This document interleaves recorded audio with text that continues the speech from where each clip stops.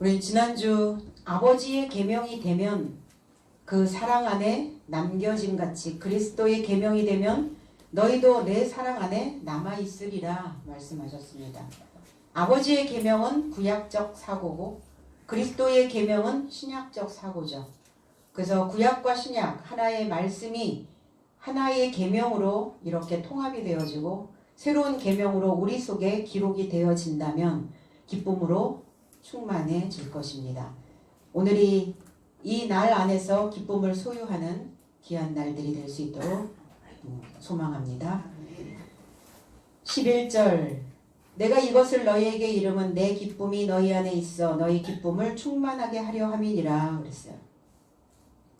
이것을 어떤 것을 이런 삶을 어떤 삶인가? 아버지와 예수의 계명이 되어진 나의 삶이에요. 아버지의 계명과 예수의 계명, 그 계명과 계명으로 나의 삶이 되어진 이런 삶을.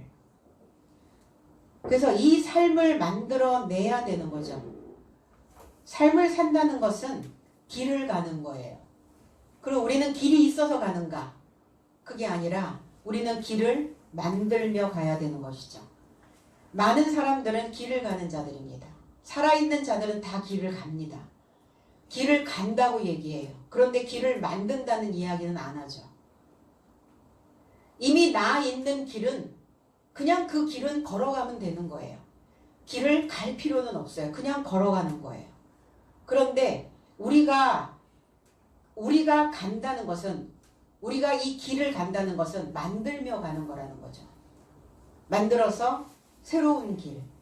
그런데 많은 사람들은 꽃길을 가기를 원하죠. 그래서 저는 이렇게 말하고 싶어요. 꽃길을 원하지 말고 흙길을 원하라. 그 꽃은 반드시 흙 위에 심겨져야 되기 때문이죠.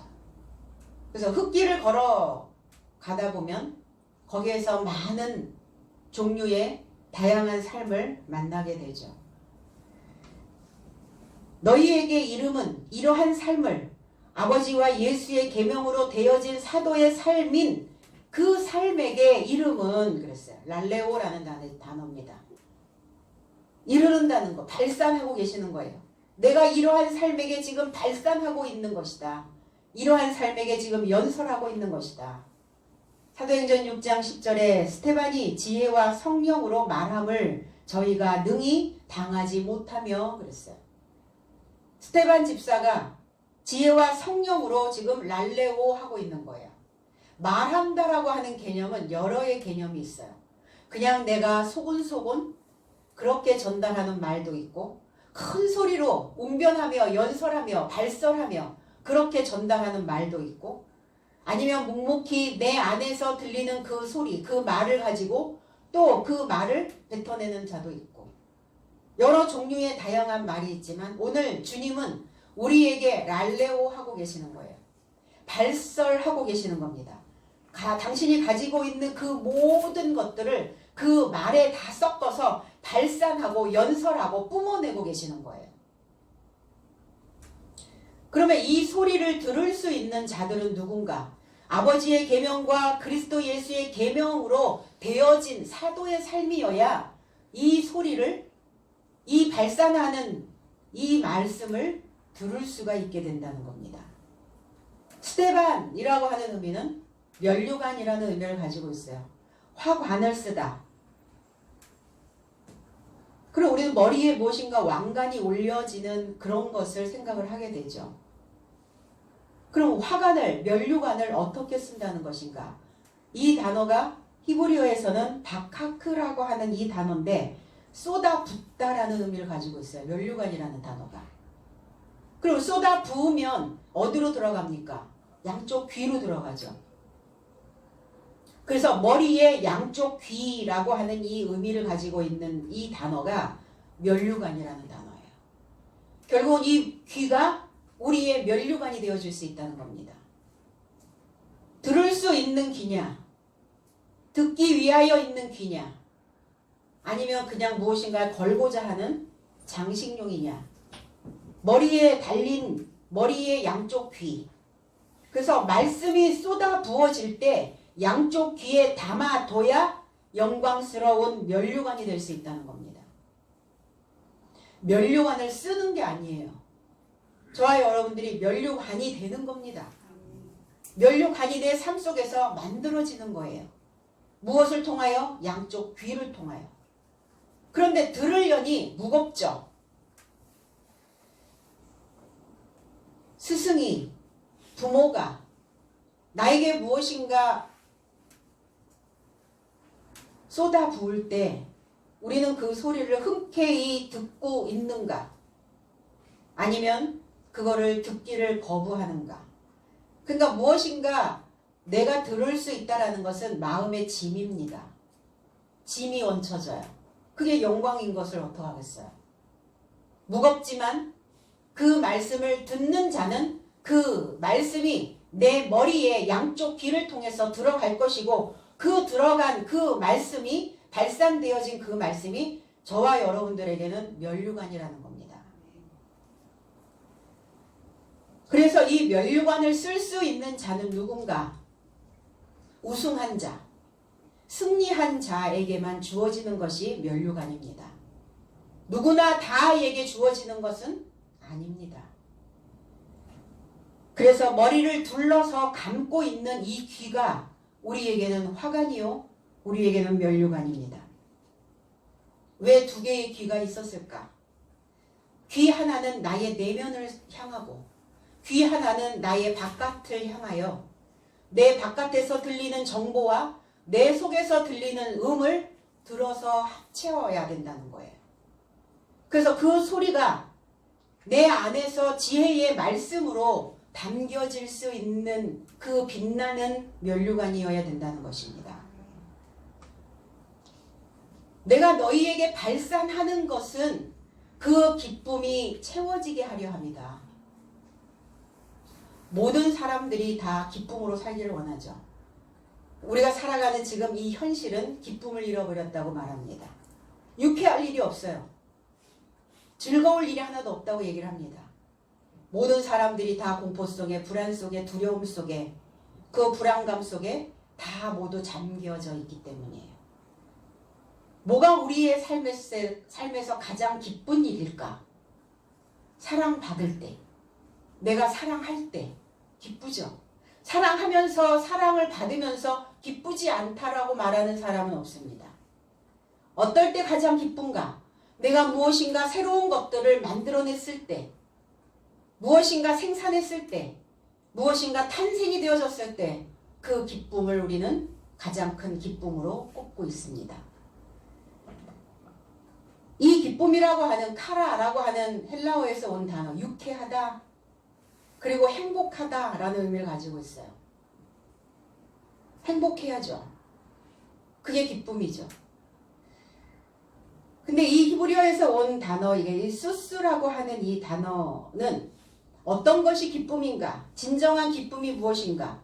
우리의 삶이 다듬어졌던 그 삶 속에서 빛이 나면 기쁘다고 말합니다. 내 속이 다듬어지지 않으면 어때요? 속은 항상 울퉁불퉁하게 되죠. 울퉁불퉁한 그 길을 걸으려니 어때요?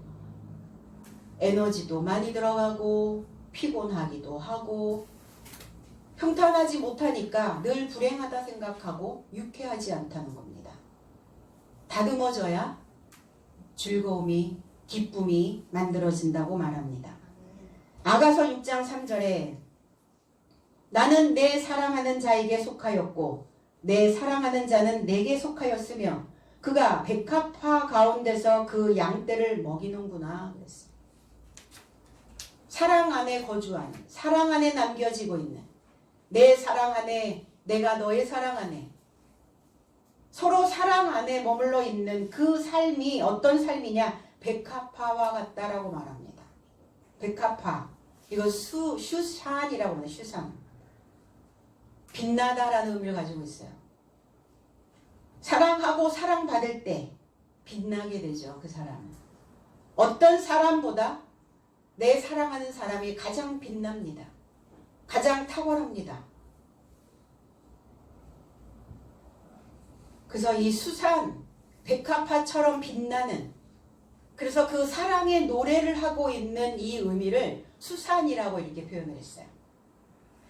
시편 69편에 맨 위에 표제가 있죠. 타이틀. 그 표제에 이렇게 기록되어져 있어요. 다윗의 시 영장으로 소산님에 맞춘 노래. 이런 표제들이 다 이렇게 있거든요. 근데 다윗은 영장으로, 이 영장이라고 하는 의미가 뛰어나다, 빛나다 이런 의미예요. 다윗은 자기 자신의 삶을 뛰어나게, 빛나게 만들었어요. 그럼 내 자신의 삶을 어떻게 빛나게, 어떻게 뛰어나게 만들 것인가? 감독자입니다. 나를 감독하는 거예요. 그러니까 감독자는 어때요? 그 건축이 잘 되어지고 있는가? 어디 혹 부족하지는 않은가? 다듬어내야 될 때, 깎아내야 될 때, 잘라내야 될 때 다 잘 다듬어지고 있는가? 감독하게 되죠. 그러니까 뛰어나고 그리고 빛나는 삶입니다. 그래서 소산님에 맞춘 노래 이렇게 얘기했어요. 이 소산이라고 하는 의미가 백합화라는 의미예요. 또 빛나는 삶. 그저 이 기쁨이 우리 안에 채워지면 유쾌하고 빛나는 그 삶을 만들어낼 수 있어요. 그러면 빛나고 유쾌한 즐거운 이 삶이 되어진 자, 그 자를 사랑하신다는 겁니다. 그리고 그렇게 되어진 자여야 사랑할 수 있다는 거예요. 내가 빛나지 않으면, 내가 유쾌하지 않으면, 내가 즐겁지 않으면, 기쁘지 않으면 사랑할 수가 없어요. 다듬어진 자만이 사랑할 수 있다는 그 말씀을 하고 계시는 겁니다. 이사야 62장 4절로 5절에도 다시는 너를 버리운 자라 칭하지 아니하며 다시는 내 땅을 황무지라 칭하지 아니하고 오직 너를 헵시바라 하며 또 내 땅을 뿔라라 하리니 이는 여호와께서 너를 기뻐하실 것이며 내 땅이 결혼한 바가 될 것임이니라. 마치 청년이 처녀와 결혼함 같이 내 아들들이 너를 취하겠고 신랑이 신부를 기뻐함 같이 내 하나님이 너를 기뻐하시리라 그랬어요. 다시는 너를 버리운 자라 칭하지 않는다. 버렸다, 버림받았다. 그럼 하나님은 우리를 택하셨다가 버리는 분이신가? 하나님은 택했다 버리시는 분이 아니죠. 내 스스로 나를 감독하지 못하고 내가 내 스스로 나를 다듬어내지 못하고 내 안에 빛나는 그 하나님의 말씀으로 내 자신의 삶에 면류관을 만들어내지 못하면 스스로 도태되는 거예요. 스스로 자기 스스로 이탈해버리는 겁니다. 그러니까 자기 스스로 그렇게 하고 있다라는 생각은 하지 못하고 하나님이 자기를 버렸다라고 표현을 하는 거죠. 버리운 자, 하나님은 우리를 버리시는 게 아니라 늦추신다고요. 그 시간에, 그 날에, 그 시간, 그 날 맞춰서 같이 굴러와야 되는데 늦추신다고요. 그래 혼자서 또 가려니 힘들잖아요. 그래서 그냥 아웃돼 버리는 거예요. 번아웃 돼 버리는 겁니다. 그래서 함께 묻어서 갈 수 있을 때 붙어서 가야 되는 거죠.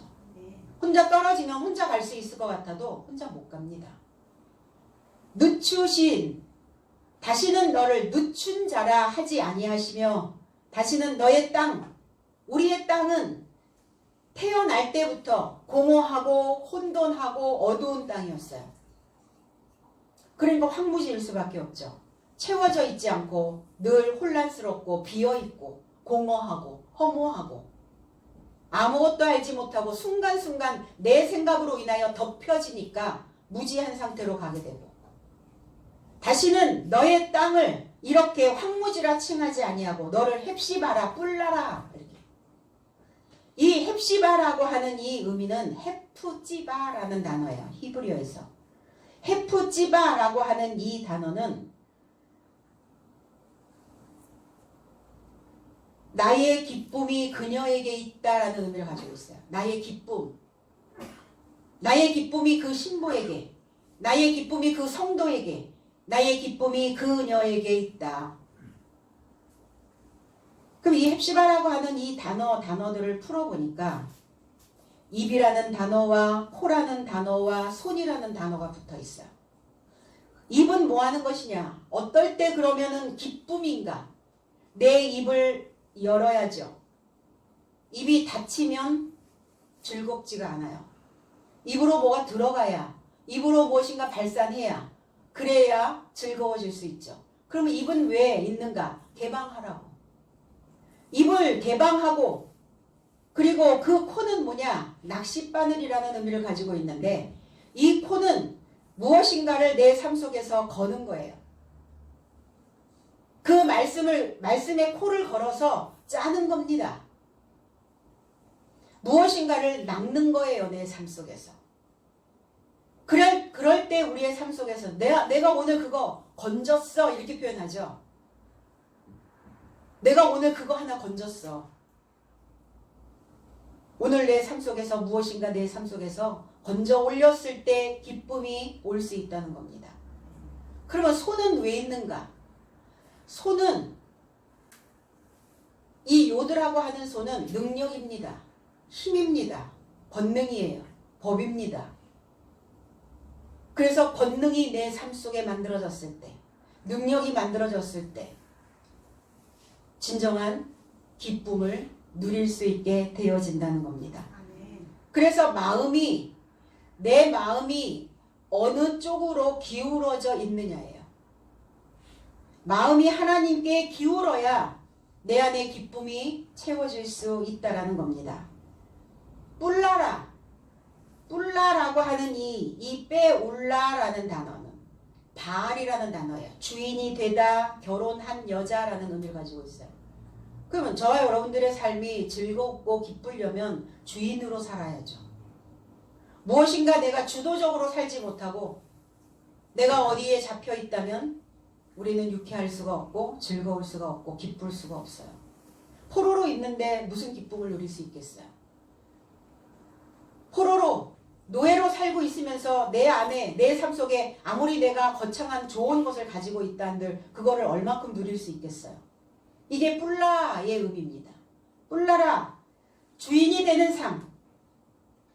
그래서 청년이 처녀와 결혼한 자 같이 신랑과 신부의 말씀이죠. 신부, 신랑. 신랑은 어떤 사람이냐? 울타리이지, 울타리. 울타리를 쳐서 많은 사람과 내 가족과 연결되어져 갈 수 있는 사람. 신랑의 조건은 뭐냐? 하늘과 연결되어져 있는 자여야 된다는 거예요. 그리고 반드시 어떤 목표를 향하여 갈 수 있는 자여야 된다는 겁니다. 신부는 어떤 자냐? 이 칼라라고 하는 이 신부라고 하는 의미는 결정되다라는 의미를 가지고 있어요. 마음의 어떤 결정이 내가 믿기로 결정하고 배우기로 결정하고 듣기로 결정한 무엇인가 마음에 흔쾌히 결정할 수 있어야 돼요. 신부가 결정장애에 걸려 있다면 어떻게 하겠어요? 이거를 해야 되나 저거를 해야 되나 뭘 해야 되나 오늘 맛있는 음식을 만들어야 되는데 무엇을 해야 될 것인가 결정하지 못하고 있다면 아무것도 식탁에 올라갈 수 없죠. 그러니까 신부된 자들은 결정을 해야 돼요. 칼라라고 하는 이 의미에 손과 또 라메드라고 하는 막대기가 있어요. 그러면 신부는 뭐 하는 자여야 돼요? 굽은 손, 카푸라는 단어죠. 이 굽은 손은 어떤 역할을 하느냐? 손이 이렇게 굽으면 나를 향하죠. 손이 굽으면 나를 향하고 손을 펴면 상대를 향해요. 그래서 신부된 자들은 이 굽은 손을 가지고 항상 자기 자신의 마음에 무엇인가를 결정할 수 있는가? 내 안에 어떤 결정할 수 있는 힘을 가지고 있는가? 결정할 수 있는 가르침을 내가 가지고 있는 자인가? 내 자신을 향하여 보고 그리고 상대의 그 마음을 헤아릴 수 있는 이 손을 또 가지고 있어야 된다는 겁니다. 이게 신부의 모습이에요. 그 신부의 모습, 그러한 모습으로 충만하게 되어질 수 있도록, 채워질 수 있도록, 채워진다는 게 뭡니까? 채워지면 평평해집니다. 왜 우리의 인생이 구비구비, 왜 우리의 인생이 그렇게 평탄치 못한 그러한 삶을 살고 있을까? 육체로 살아가는 육체의 삶은 그저 맨날 평탄한 길만 걸을 수는 없죠. 오늘 이 일이 지나가면 또 다른 사건이 또 내게 오고, 이 문제 하나 해결하고 나면 또 다른 문제지가 나한테 오고, 늘 그래서 어떤 문제를 풀 수 있는 어떤 준비를 하고 있어야만 되는 거예요. 그건 그렇다고 치고, 그거는 불가항력적인 거니까, 내가 어떻게 컨트롤할 수 없는 상황들이니까, 바깥에서 외부에서 일어나는 어떠한 문제들은. 그런데 그 문제가 내 안에 들어왔을 때 나는 그것을 어떻게 할 수 있는가? 어떤 결정을 할 수 있고, 어떤 능력을 발휘할 수 있고, 어떤 지혜가 내 안에 살아있기 때문에, 늘 나를 가르치는 그 가르침이 있기 때문에 그 말씀으로 나는 평정심을 잃지 않을 수 있다는 겁니다. 이것이 충만이에요. 이것이 채워짐입니다. 이것이 평탄한 삶이라는 거예요. 신을 믿으면, 하나님을 믿으면 우리는 그냥 그렇게 휘몰아치는 그런 파란만장한 삶을 안 살 것이다 라고 생각을 해요. 육체는 어쩔 수 없이 우리는 그렇게 달려가야 되고, 그러나 마음은 평평해지는 거예요. 평평한 흙길을 맺고 가면서 가는 거죠. 가다가 보면 웅덩이가 보여요. 아, 저기 들어가면 내 마음이 저기에 빠지면 못 헤어나겠구나. 그럴 때 뭐 하셔야 돼요? 내가 가지고 있는, 그리고 하나님께서, 주께서 나에게 발산해 주셨던 그 말씀으로 채우셔야죠. 말씀의 채워짐, 바로 사도의 삶입니다. 가득하다, 채우다. 이 히브리어에서 온 마레라고 하는 이 단어는 뭘로 채울 것인가? 진리의 사역으로 채우는 겁니다. 무엇으로 채울 것인가? 가르침으로 채우는 겁니다. 교훈으로 채워지는 거예요. 무엇으로 채울 것이냐? 배우고 본받음으로 채우는 것입니다. 이사야 11장 9절에 나의 거룩한 산에는 해됨도 없고 상함도 없을 것이니 이는 물이 바다를 덮은 같이 여호와를 아는 지식이 세상에 충만할 것임이니라 그랬어요. 해됨도 없고 쓸모없게 되지도 않고, 우리에게 해가 되는 게 뭡니까? 내 삶이 쓸모없게 되어진다는 거예요.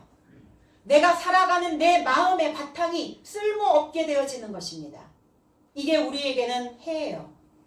그런데 너희의 삶을 쓸모없게도 아니하시고 상함도 없게 하시고, 상했다라는 것은 뭐냐? 함정에 빠졌다는 거예요. 상했다는 것은 무엇입니까? 잃어버린다는 거예요. 부패해버렸다는 겁니다. 그래서 물이, 반드시 그 물이 바다를 덮어야 합니다. 물은 뭐냐? 물은 뭡니까? 진리입니다. 물은 무엇입니까? 인식입니다. 물은 무엇이냐? 나 자신을 가르치는 교훈입니다. 물이 무엇이냐? 내 삶에서 일으켜 세워야 되는 사역입니다. 이게 물이에요. 이 물이 바다를 덮어야 돼요. 이 바다는 어때요? 인생들이 다 바다인데 이 바다와 같은 인생들은 어때요? 가만히 있지를 않아요. 항상 뭐가 노고한다고요. 출렁거려요. 요란합니다. 그래서 그 요란한, 노하고 있는, 뭔가 내 생각으로 출렁거리고 있는 이 바다를 그 진리의 사역으로 덮어야 된다는 겁니다. 덮었다라는 것은 뭐냐? 옷을 입히는 거예요. 생각의 옷을, 마음의 옷을, 우리의 정신의 옷을 입지 못하면 어떻게 될까요? 춥죠? 외롭죠? 고독합니다. 추운 거예요. 늘 냉기. 냉각되어져 버리는 거예요. 냉각. 그래서 마음이 이렇게 훅 올라와야 되는데 무엇으로? 훅 이렇게 올라와야 산이 돼서 올라와야 되는데 쭉 가라는 거야. 땅이. 더 내려가면 어디예요? 거기가 바다예요. 죽음이에요. 죽음의 바다. 살아있느냐 그 바다가 아니면 죽어있느냐. 이 바다를 바다에 옷을 입힌 같이 너의 수치를 가려주는 가리움 그 덮음 같이 여호와를 아는 지식이 그랬어요. 여호와를 아는 지식. 그러면 여호와를 아는 지식이라는 것은 이때야라고 하는 이 단어는 뭐냐? 직접 보아서 확신하다 이렇게 의미입니다. 직접 봐서 확인하는 거 이거를 안다라고 말하는 거예요. 그냥 감 잡고 알아 이게 아니라 누구에게 들어서 알아가 아니라 내가 직접 보고 내가 직접 확인했던 것을 아는 지식이라 이렇게 말합니다.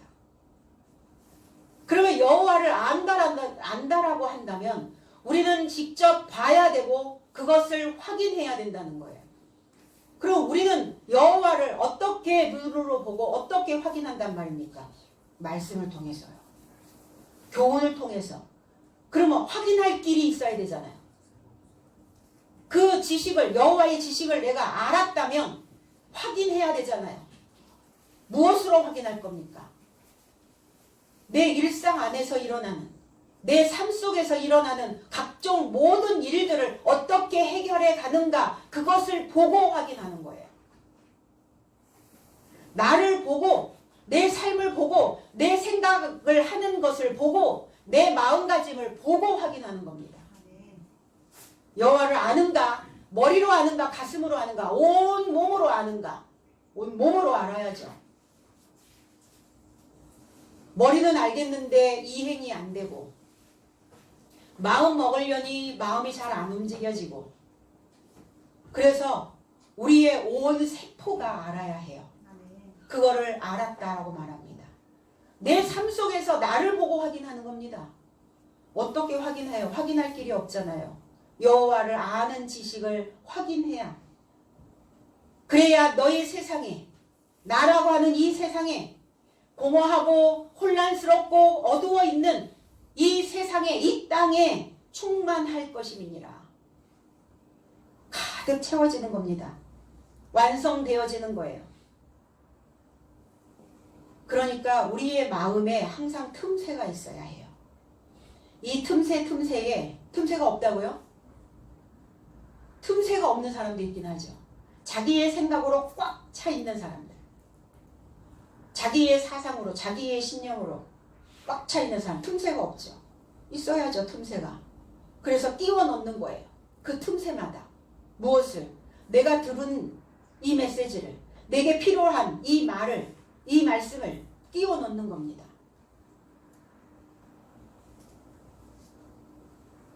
이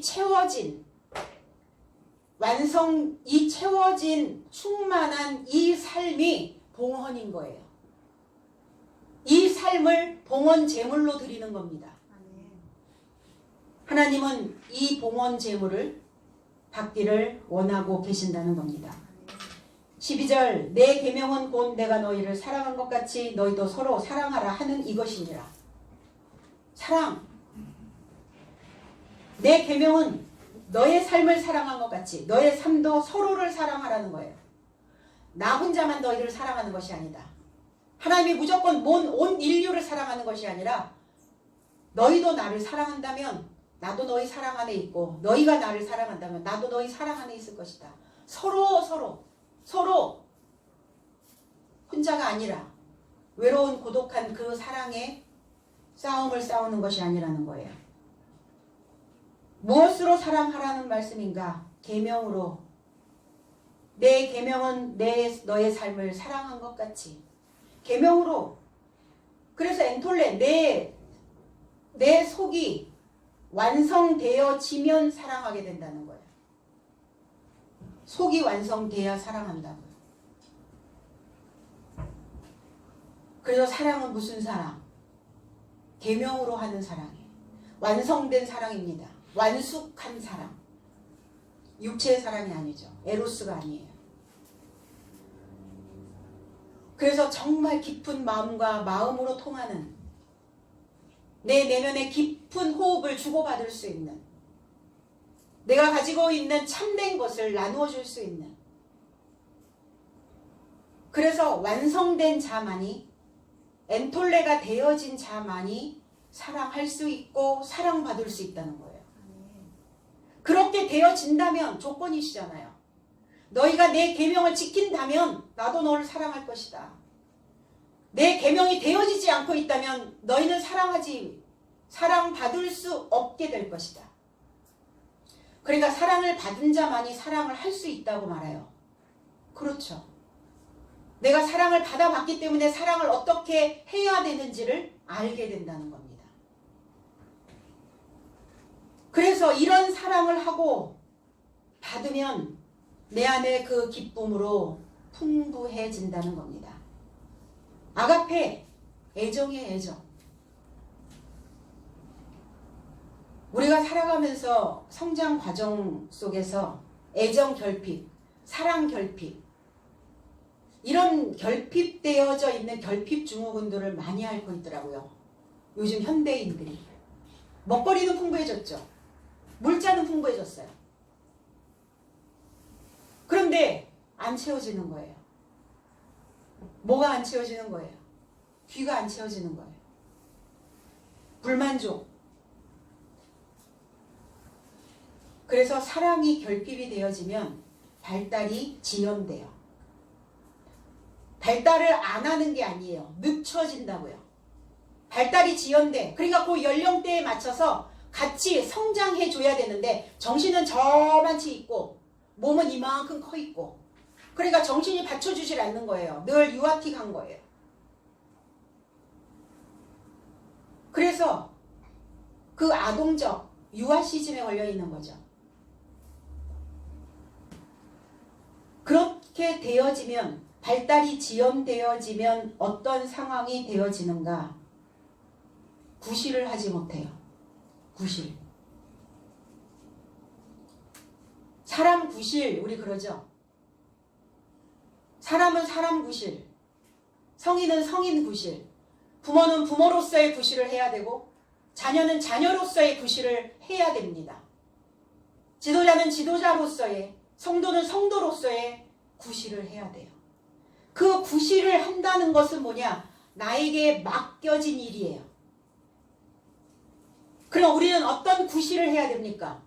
성장한 자로서 사랑하는 그 삶의 구실을 해내야 된다는 거예요. 그러면 사랑은 무엇과 같은가? 사랑은 불빛과 같다는 거예요. 사랑을 하면 어때요? 사랑을 하면 뜨거워지죠. 빛입니다. 빛을 발산한다는 거예요. 그래서 이 빛은 반드시 어떤 결실을 만들어내게 되죠. 사랑을 했다면 결실을 가지고 오죠. 하나님과 사랑했다면 결실을 내놔야 돼요. 내가 하나님의 사랑을 받았다면 나는 결실해 있어야 됩니다. 무엇으로 결실할 것인가? 성도입니다. 성도의 삶으로 결실하는 거예요. 거룩할 성, 성스러울 성. 이제 성도라고 하는 한자를 풀어보니까 성스러울 성자에 무리도자를 쓰더라고요. 근데 저는 성스러울 성에 무리도가 아니라 나는 건널도를 써야 된다고 생각을 합니다. 성도는 성스러운 삶으로 건너가는 거예요. 이 단계에서 씻는 거죠. 말씀을 통해서, 예배를 통해서, 가르침을 통해서 씻고 이제 건너가는 거예요. 씻고 건너가야 돼요.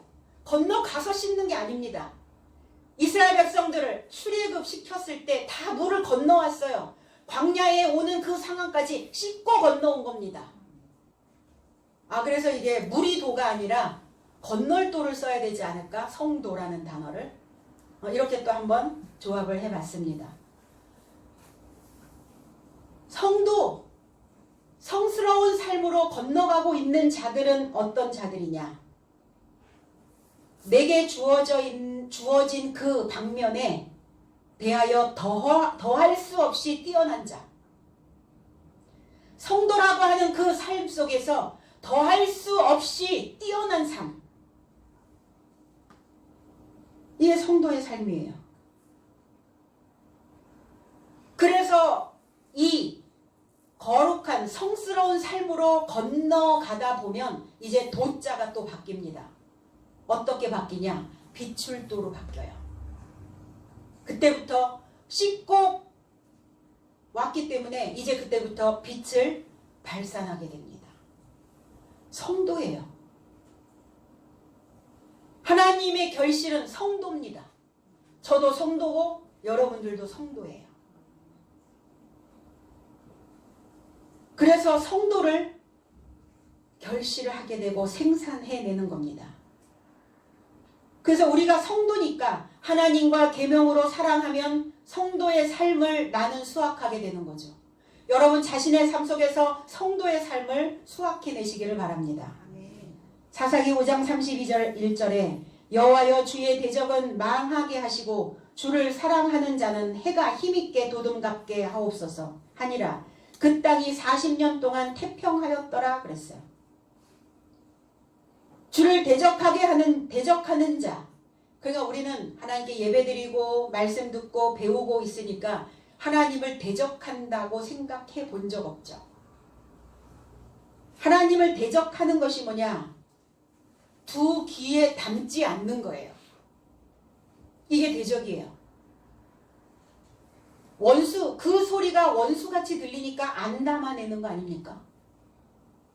그 소리가 사랑스러운 소리라면 하나님을 사랑하는 그 사랑하는 마음의 소리가 들린다면 듣겠죠. 자녀들이 부모의 말씀을 듣지 않는 것은 부모를 사랑하지 않음이에요. 부모를 사랑한다면 믿는다면 담아야 돼요. 어떻게 내가 좋은 것만 담아낼 수 있어요? 그 귀가.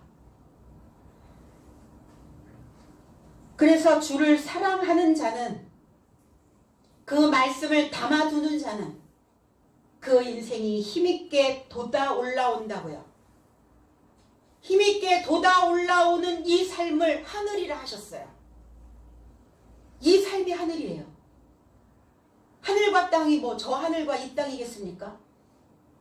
내 마음에서 돋아 올라오는 그 말씀을 새기고 있는 그 삶이 하늘의 삶입니다. 그 말씀을 팽개치면, 그 말씀을 떨어뜨려 버리면 그 인생은 늘 땅에서 살게 돼요. 땅은 허우적거릴 수밖에 없어요. 허덕될 수밖에 없습니다. 올라와야 삶이 피죠. 그래서 그 땅이 40년 동안 태평하였더라. 뭐 하면? 담으면 태평하다고요. 부모가 스승이 자녀에게 또 성도에게 제자들에게 불필요한 얘기를 하겠습니까? 그래서 담을 수 있도록, 그래서 그 인생이 그 마음에서 더 이상 파란만장한 삶을 살지 않도록, 태평한 삶을 살 수 있도록, 평평한 길을 걸을 수 있도록, 채워짐의 삶을 누릴 수 있도록 그렇게 교훈하는 겁니다. 13절 사람이 친구를 위하여 자기 목숨을 버리면 이에서 더 큰 사랑이 없나니 그랬어요. 누군가 친구를 위하여 목숨을 버리는, 예전에 많이 있었죠. 친구를 위해서 목숨을 버릴 수 있는 사람이 몇 명이나 될까? 몇 프로나 될까요? 주님은 우리를 위해 목숨을 버리셨으니까 주님은 그렇게 할 수 있고, 그럼 저와 여러분들은요? 어떤 친구를, 어떤 벗을 위해서 목숨을 버릴 수 있냐고요? 없습니다. 불가능해요.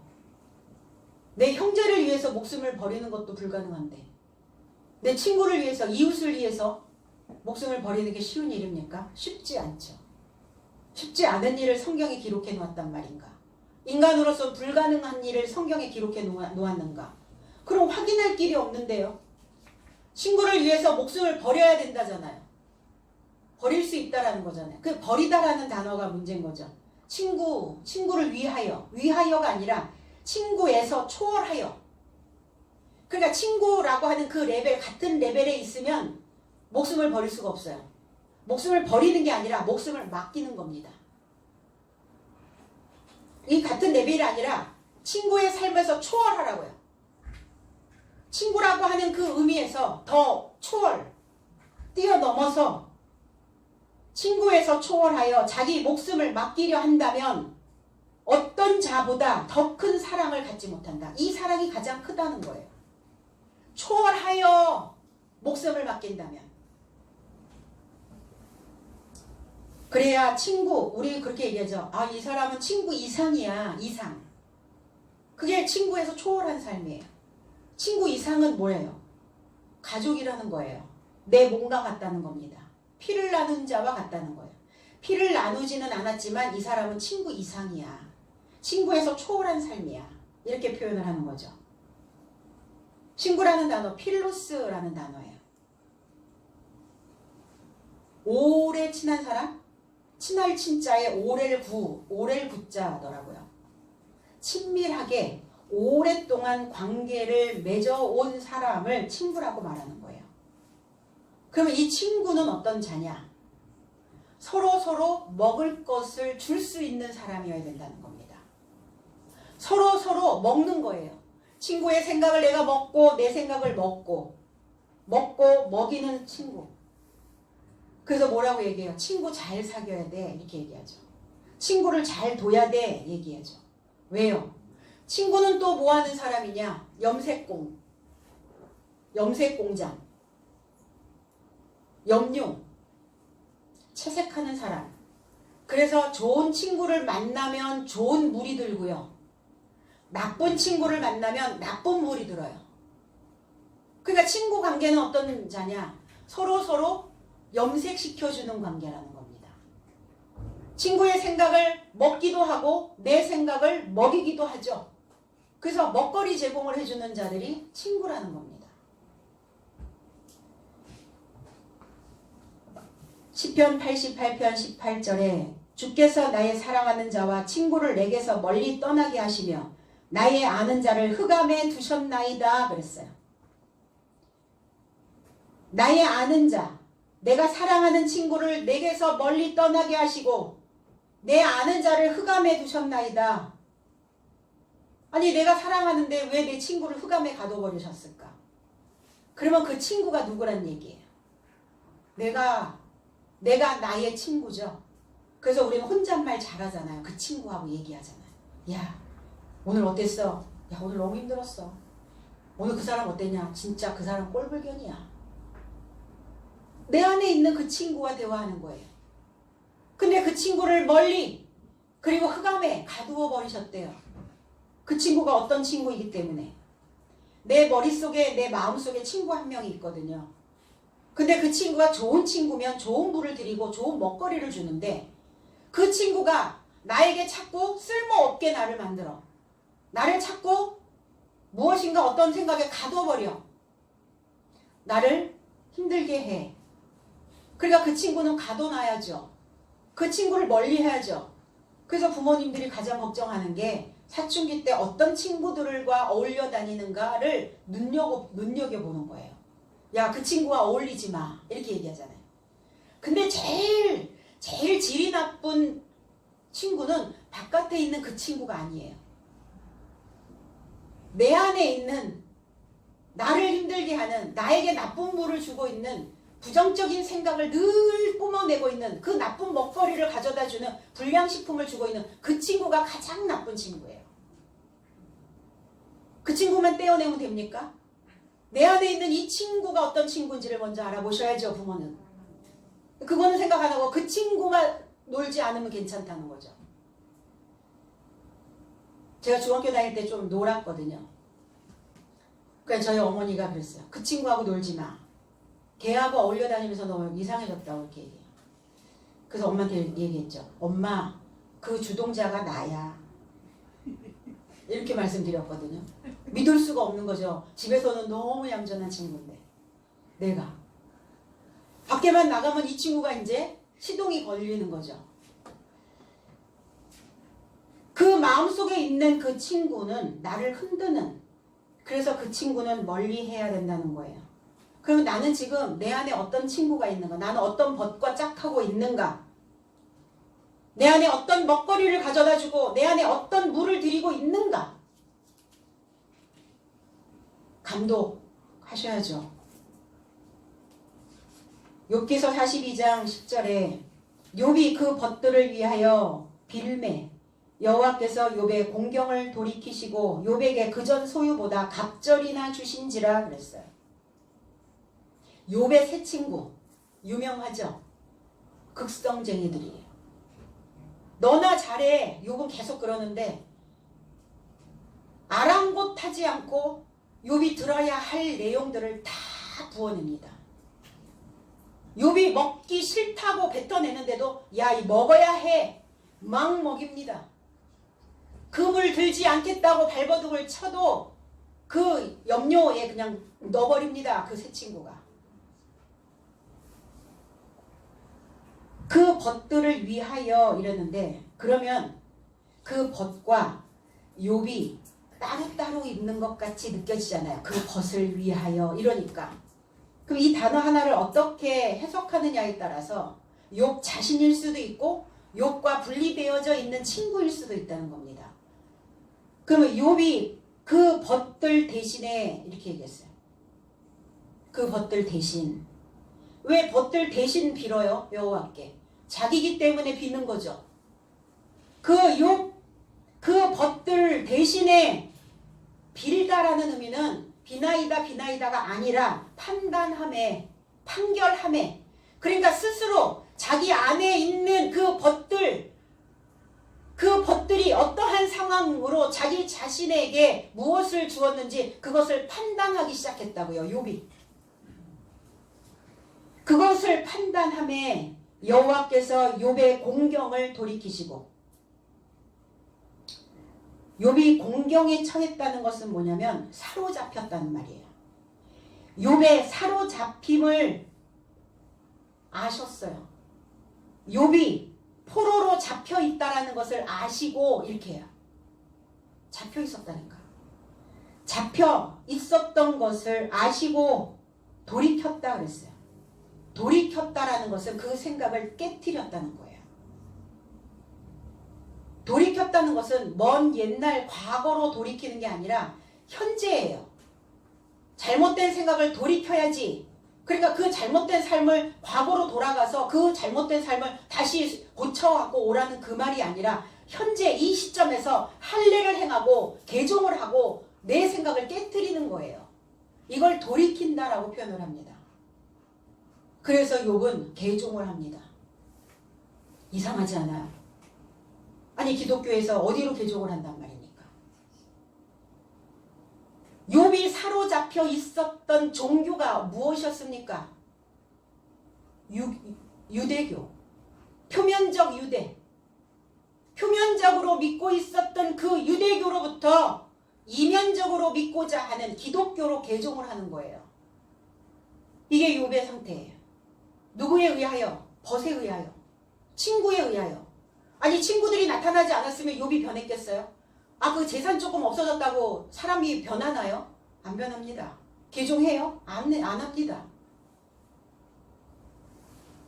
그래서 그 전 소유보다 갑절이나 그 전 소유보다 갑절이나 이 단어가 한 단어예요. 미시네라는 단어.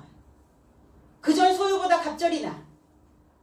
그러니까 그 전이라고 하는 단어도 없고 그 전 소유보다라는 단어도 없어요. 갑절이라는 단어예요. 욥의 공경을 돌이키시고 욥에게 갑절이나 주신지라. 그러니까 그 전 소유 이러니까 우리는 손해본 거 없네 이렇게 되는 거죠. 가지고 가신 것만큼 없어진 것만큼 그거 배로 보상받았으니까 뭐 됐지 뭐 이렇게 되는 거죠. 그게 아니라 갑절이나 이게 갑절 샤나 2배 이 샤나라는 건 변경시키다, 달라지다예요. 욥이 변화가 되어진 겁니다. 변경이 되어진 거예요. 샤나라고 하는 이 단어 신이 오죠. 그럼 변경되었다. 이 신의 의미는 뭐냐? 변경되어지고 변화되어지기 위해서 뭘 해야 됩니까? 씹어야죠. 연마해야죠. 그러면 변화가 개종이 어떻게 되어졌단 말입니까? 그래서 이 치아는 무엇을 만드는 것이냐면 씹어서 하나님의 형상 만드는 거예요. 그럼 어떻게 신이 이루어졌습니까? 만남이죠. 그 벗으로 인하여, 그 친구로 인하여 만남이 이루어졌다는 겁니다. 하나님의 형상, 그 말씀을 씹어서 되새김질을 하고 그는 보답받은 거예요. 보상받은 겁니다. 그래서 갑절이나 변경되어질 수 있도록, 변화되어질 수 있도록 그가 더하여 주셨다. 변화된 삶으로 증가되어진 거예요.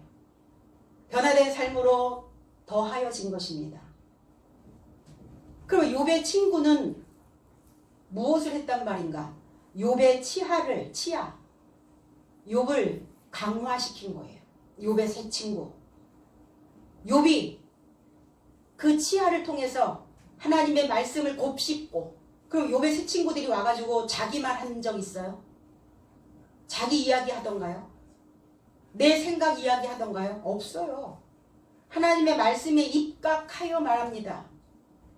그러니까 그 치아를 강화시켜서 분별할 수 있도록 그 마음의 상태를 만들어 놓은 거예요. 욥이라는 이름이 어떤 이름이냐? 미움을 받다, 미워하다.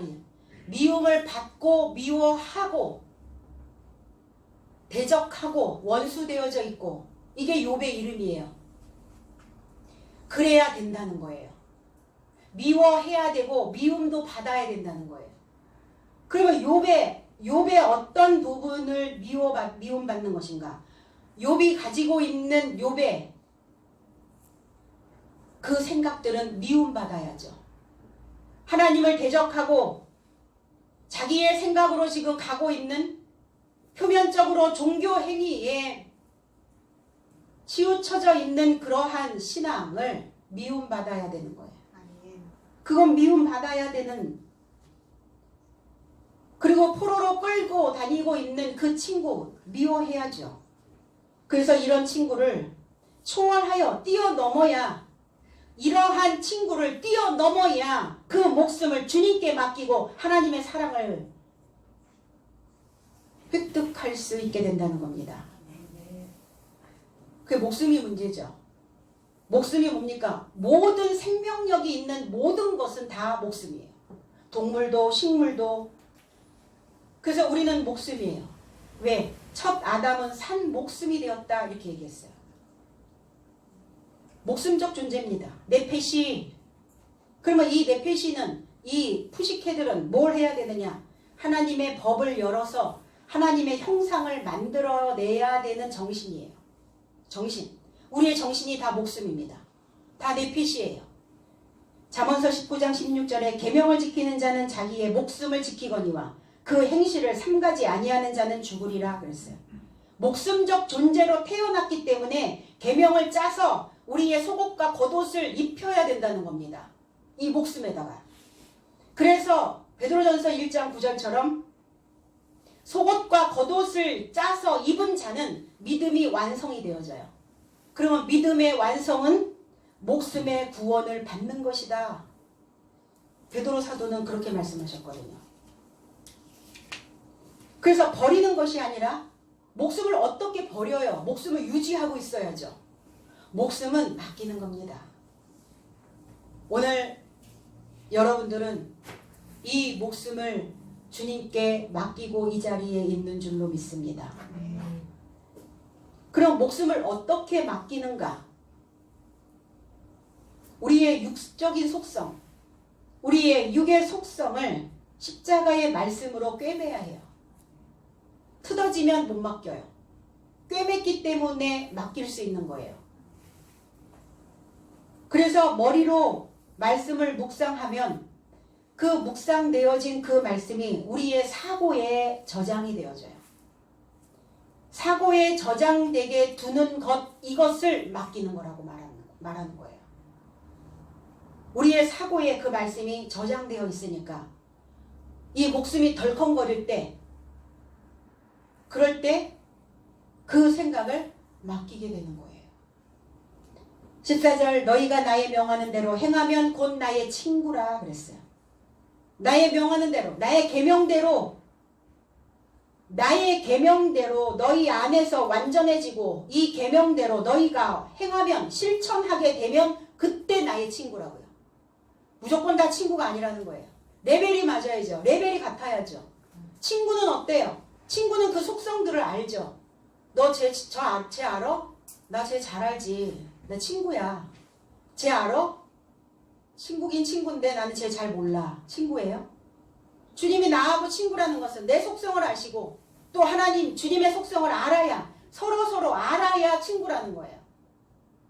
신앙 안에 있는 모두가 다 친구가 아닙니다. 주님이 나를 친구라 하셨다니까 그게 너무 감개무량하여서.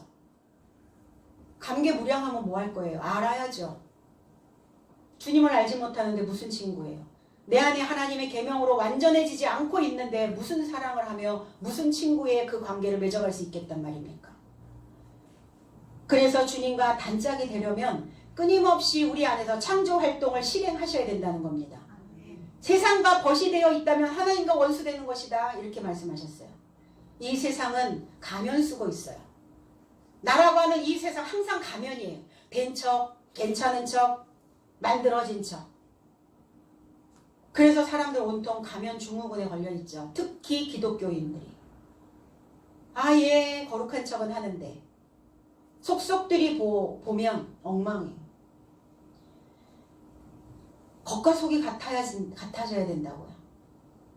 그래서 오늘 가면을 벗고 내 본 모습이 어떤 것인가 보시고, 내 안에 어떤 친구를 두었는가 또 그 친구를 보시고 만나시고, 그리고 내 모양을 바꾸면, 내 모양을 새로 고치면 내 안에 있는 그 친구의 모습도 달라질 수 있다는 겁니다.